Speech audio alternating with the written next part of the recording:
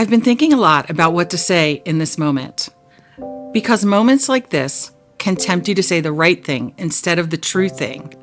So I'm going to start where I'm most comfortable, with the work, with the people who do it, and with what I've learned from watching how this profession actually holds together in the spaces between the big moments, the everyday moments, the moments that matter.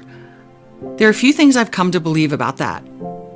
The first thing I've come to believe is that this work is personal, not procedural, not transactional, personal. A club's culture and the health of the culture can be measured very easily by two variables: member retention and staff retention. If you are not keeping your members, you're doing something wrong. If you're not keeping your staff members, you're doing something very wrong. And if you fail to meet the expectations of both the members and the staff, the culture of the club is undoubtedly going to suffer. And at the same time, you'll be unable to attract new members, because if you can't retain the members that you've already got, you're never going to attract someone to join a club. You know, I always do the analogy of she flies at 30,000 feet, right? And she's always watching us and watching us with intent, but watching us with trust as well, allowing us to kind of flourish in our own roles. And I think that's what makes her such a great leader. You come into this profession thinking you're going to manage schedules and budgets, and then you realize you're managing emotions, expectations, and memories. You're there on people's best days and sometimes on their hardest ones. I think it's very easy to focus on the member experience, but she has always understood the employee experience to be as important. One of the things I love about Janine is that she's truly present in the operation, and she's really present. She has her finger on the pulse. She truly understands everything that's happening at the club, from the facilities all the way to the events that are walking through the door that day. I didn't come into this profession planning to be here.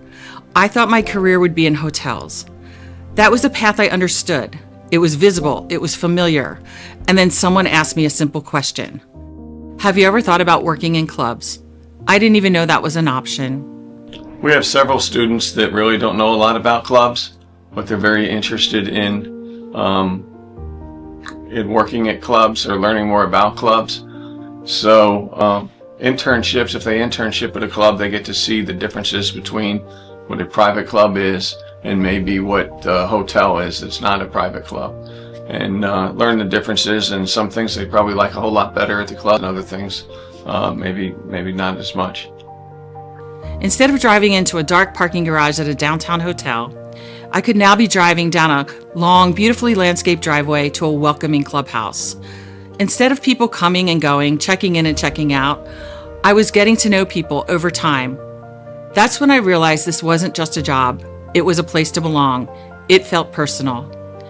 The second thing I've come to believe is that no one who does this work well does it alone. She's an incredibly genuine person, and it comes through acts of kindness, sharing her network, and making sure that you're part of the conversation. And even if you're not prepared to be part of the conversation, you're learning, and you are close to her to learn from her. I think Janine does a great job of bringing everybody into a conversation when we're working together. So trying to get all of the ideas on paper from all different levels before actually making decisions or acting quickly or in haste. At some point you realize this profession isn't a ladder. It's a relay. Someone hands you something, you carry it for a while, and then if you're careful, you pass it on. Janine came in very quickly in her quiet, thoughtful way, assessed our club. I think very quickly developed an understanding for who we were and what we were all about, what our members were looking for, and what actions needed to be taken in order for us to operate as efficiently and as effectively as we could. She did an absolutely fantastic job in a very short period of time. We very quickly enjoyed a turnaround in our financial results.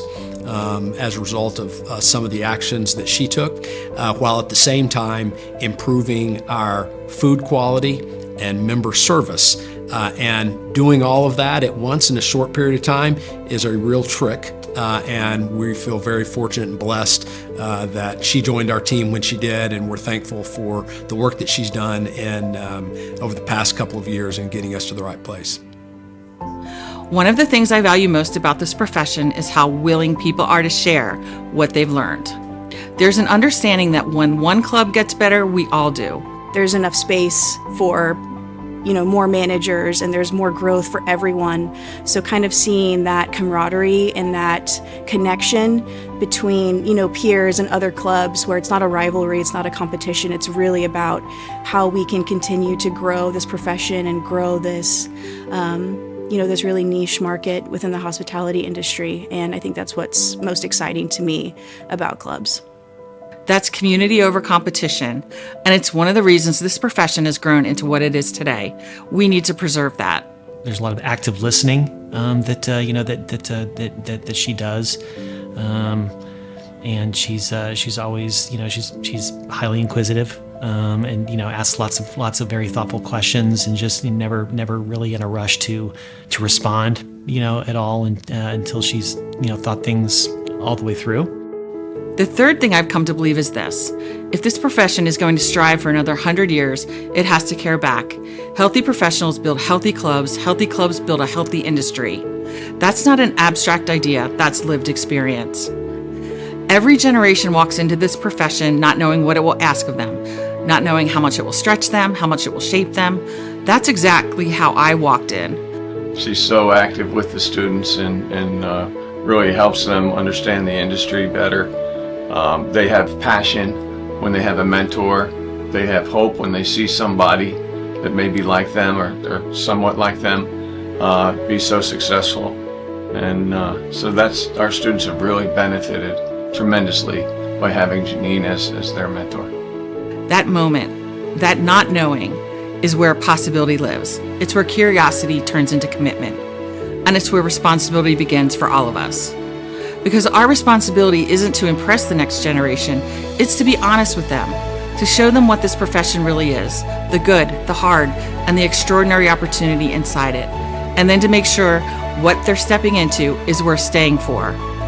This profession is stronger when more people can see themselves in it, when more doors are open, and when those doors stay open long enough for people to walk all the way through. I'm fortunate enough to have come up in the industry seeing leaders like Janine in these larger leadership roles and making it seem obtainable and not just something that is a one-off. Beyond just opening a door for someone, she makes sure you get through the door.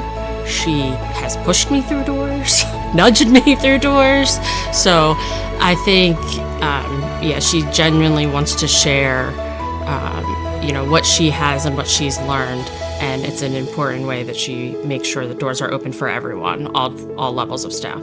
I think the inclusion shows up with being able to somewhat bring different people in. Collaboration's really big at HCC, and we're really lucky to have people who have been here for so long, and we can lean on how things, in a way, have always been done, but also continue to bring in new ideas, keep our pulse on what the industry's doing through CMAA and through other different avenues, and be able to discuss that in a way that we can really stay true to the tradition while also evolve as we should. Opening doors isn't about checking a box. It's about expanding the future of the profession, because when more voices are welcomed in, the work gets better, the thinking gets better, the leadership gets better, and the industry gets better. I've watched women build extraordinary careers in this industry, often while navigating expectations that didn't exist for others, often while quietly doing the work. Janine is very serious, but that is because she truly cares. She cares about the industry, she cares about the individuals, and she understands that the importance of continuing the tradition of clubs comes from hard work. And I think as we see her progress through this chapter of being chair, we'll understand the importance and see that truly happening. Progress doesn't happen because we talk about it. It happens because we make space for it and then protect that space. So when I was asked to step into this role, I said yes, not because I have something to prove, but because I have something to protect. When I think about this profession, I think about the things I've come to believe. That this work is personal, that no one does it alone, and that if it's going to last, it has to care back. Those beliefs don't end here. They're just where the work begins. So here we go.